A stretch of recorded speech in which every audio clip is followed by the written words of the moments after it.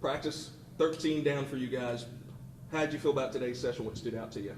Well, we did a lot of end of the game situations where it was 4 minute versus 2 minute and kind of control the clock. So that's been good. So we've had some controlled scrimmages throughout the course of spring. And I think the big thing is continuing to stay focused on the main thing, and that's individual growth and development.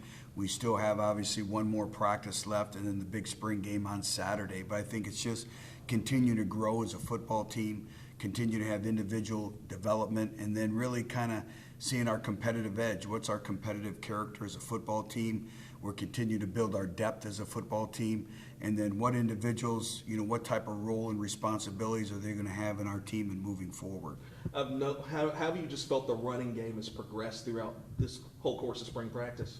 I would say it's pretty much work in progress. I'm not pleased where we're at, but I'm not displeased where we're at as well. I think it's more of work in progress with everything that we're doing. And, it takes so much time for the 5 individuals and the running back to come together. But really, to have that competitive depth, to have that competitive component in your lines of scrimmage, you usually have to have 10 or 11 individuals that can play winning football for you. So I think it's work in progress. I see flashes. I see flashes really on both sides of the ball and both lines of scrimmage. Spring game coming up on Saturday. Just how are you going to format things? Like what are you kind of looking at there? Well, it's another great evaluation tool for us, and we'll play it like a game. There'll be game-like conditions, and we'll really match up our one offense and our 2 defense and our 1 defense and our 2 offense, and we'll play a game. Special teams won't be live.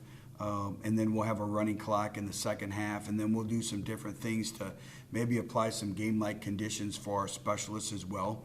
But I think it's going to be a great family event. I think, the energy and excitement of having 12 newcomers in terms of transfers and then 3 new high school players that graduated early, so 15 new faces to our football program. Then we have another 20 joining us in June. But it should be a great event. Begins at 2:15, and our goal is to have 10,000 people in the stands. We'll also have a number of recruits making unofficial visits throughout the course of the country. So it should be a great event on Saturday. Wanted to ask about the special teams unit just as a whole. A lot of returning faces, but then you've got some holes to fill in certain roles like that. But who are some of the guys that have really stood out to you on the special teams units? Well, I think obviously, our specialists are very, very talented. Will Precept takes over at punter. He played and punted last year for us as well. Obviously, Dominic Zavada has had a great spring. I think he's modeled with consistency and performance in everything that he does. So again, I've been very pleased with our specialists and moving forward. I think the biggest thing, biggest question marks for us that need to be answered from a special teams unit, who our returners are going to be. Obviously, with the graduation of Johnny Lang, so that leads another opportunity for individuals, whether it's kickoff return or whether punt return. Courtney Jackson, a newcomer looks like right now, he'll be our punt returner. And then Jaquaz Cross has gotten valuable repetitions at the kickoff return position. What are, you mentioned one practice to go before the spring game. What are just some of the big things you just want to accomplish on Friday? Well, I think first of all is continuing to understand how we practice. And we go to another phase now, we're back to practicing in helmets. So I think it's understanding the different nuances of practice etiquette and everything that goes into it. And then we'll do some more end of the game situations, some end of the clock situations that we need to expose our players to, and just have another practice, another opportunity to get better. And then I just think preparation for the spring game as well. Just defensively, so many new faces, but then on the flip side, you've got a lot of experience back. Is it still kind of a work in progress there, just how the defense is developing? Yeah, it's really been a work in progress. And, not one individual has completely stood out. I think it's been a collective group effort. I like the way we're playing as a team right now. Justin Parks has emerged as one of our leaders. He has some ankle injuries, so we've lost him for spring, but he'll be back when we come back in June. Malik Stryker is another individual who I think's had a very productive spring. He's also grown into that leadership role as well.